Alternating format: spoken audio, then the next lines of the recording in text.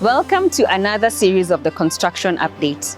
Today, we are at Meraki Phase II, located along Muhoho Avenue, South Sea. My name is Sylvia Mwongeli, the interior designer, and I will be taking you through the construction progress for the month of May.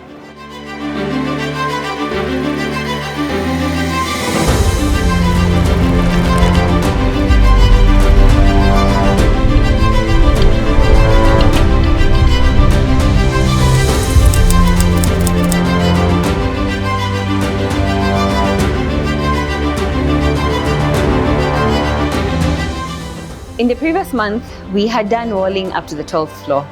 In the month of May, we managed to complete the entire building. Walling is 100% done.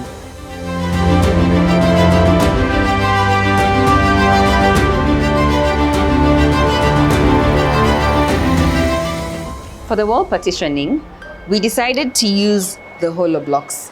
The benefits of the hollow blocks are, 1, the lightweight in structure, and 2, the best part, they're soundproof. In the previous month, we had done plumbing works up until the 7th floor. Currently, we are 100% done for all the floors.